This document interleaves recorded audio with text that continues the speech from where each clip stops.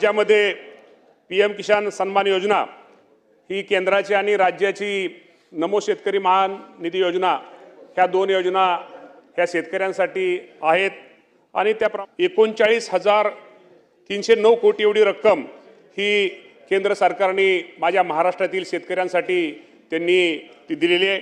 आणि महाराष्ट्राचा प्रधानमंत्री किसान सन्मान योजना या निधीच्या योजनेपासून वंचित राहिलेल्या राज्यातील आणि माझ्या पंढरपूर मंगळवेढा मतदारसंघातील हजारो पात्र शेतकऱ्यांना न्याय देणारा हा प्रश्न आहे। अध्यक्ष महोदय, केंद्र सरकारच्या PM किसान सन्मान योजनेच्या या लाभार्थ्यांची यादी राज्य सरकारच्या नमो शेतकरी महासन्मान निधी योजनेसाठी सुद्धा वापरली जाते।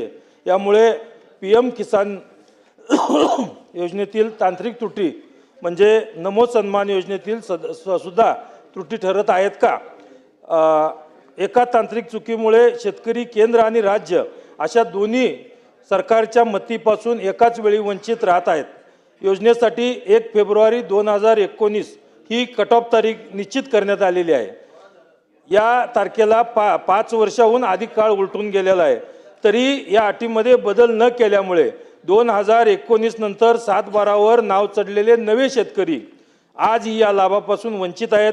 अनेक कुटुंबाच्या वडिलांच्या हयातीत कायदेशीर वाटणीद्वारे जमीन मुलांच्या नावे होते। अशा प्रकरणात केवळ 1 फेब्रुवारी 2019 नंतर जमीन नावावर झाली म्हणून खऱ्या शेतकऱ्याला अपात्र ठरवले जात आहे।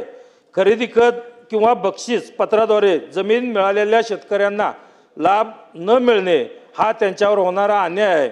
एकीकडे शासन कारवाई सुरू असल्याचे सांगते, तर दुसरीकडे नुसते एकट्या मंगळवेढा तालुक्यामध्ये अध्यक्ष महोदय डिसेंबर 2024 मध्ये पाठवलेले 1989 प्रस्तावापैकी ऑक्टोबर 2025 मध्ये काही मंजूर केलेले आहेत।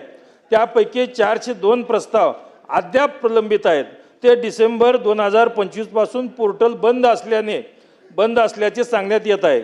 2-2.5 वर्षापासून अर्ज करूनही शेतकऱ्याला जर मदत मिळत नसेल तर त्यांनी कोणाकडे पाहायचं? अध्यक्ष महोदय, सध्या स्वतः नोंदणी केलेल्या अर्जाच्या छाननीचे आणि मंजुरीचे अधिकार राज्य स्तरावर आहेत। त्यामुळे स्थानिक पातळीवर कामाचा निपटारा होत नाही। वारस हक्काने जमीन मिळालेल्या वारसांना सद्यस्थितीत ऑनलाईन अर्ज करण्यातही अनेक अडचणी येत आहेत।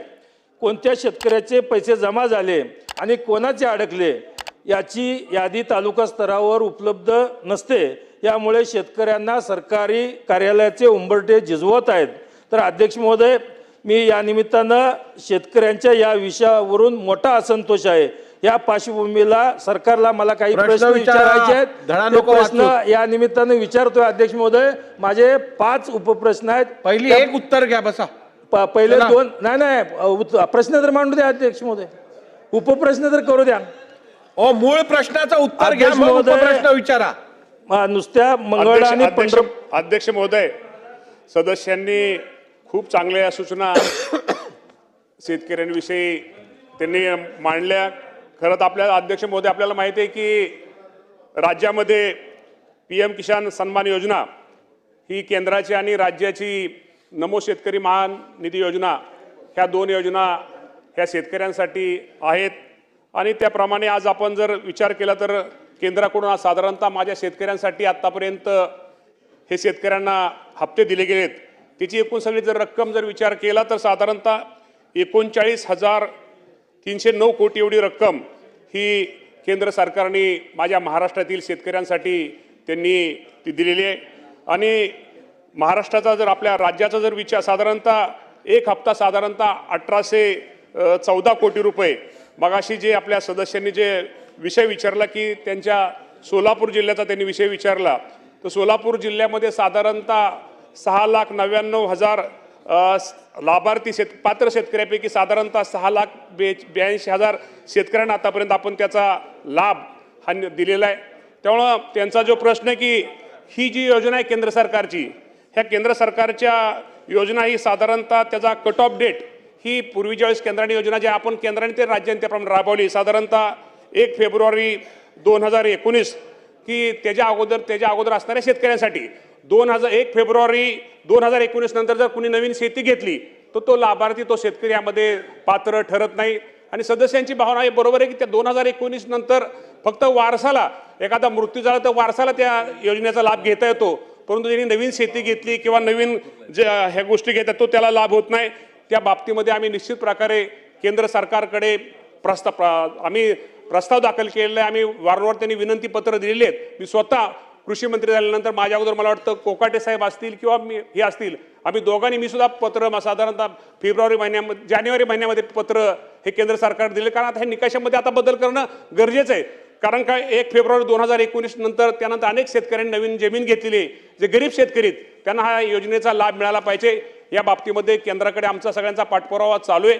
आणि सोलापूर जिल्ह्यामध्ये सुद्धा जे काय अपात्र त्यांनी जे सांगितलं की काय शेतकरी पात्र शेतकरी आहेत, परंतु पात्र शेतकरी असले तर निश्चित प्रकारे त्यांना जास्तीत जास्त या योजनेचा लाभ हा राज्याची योजना असू द्या किंवा केंद्राची योजना असू द्या हा शेतकऱ्यांना लाभ दिला जाईल.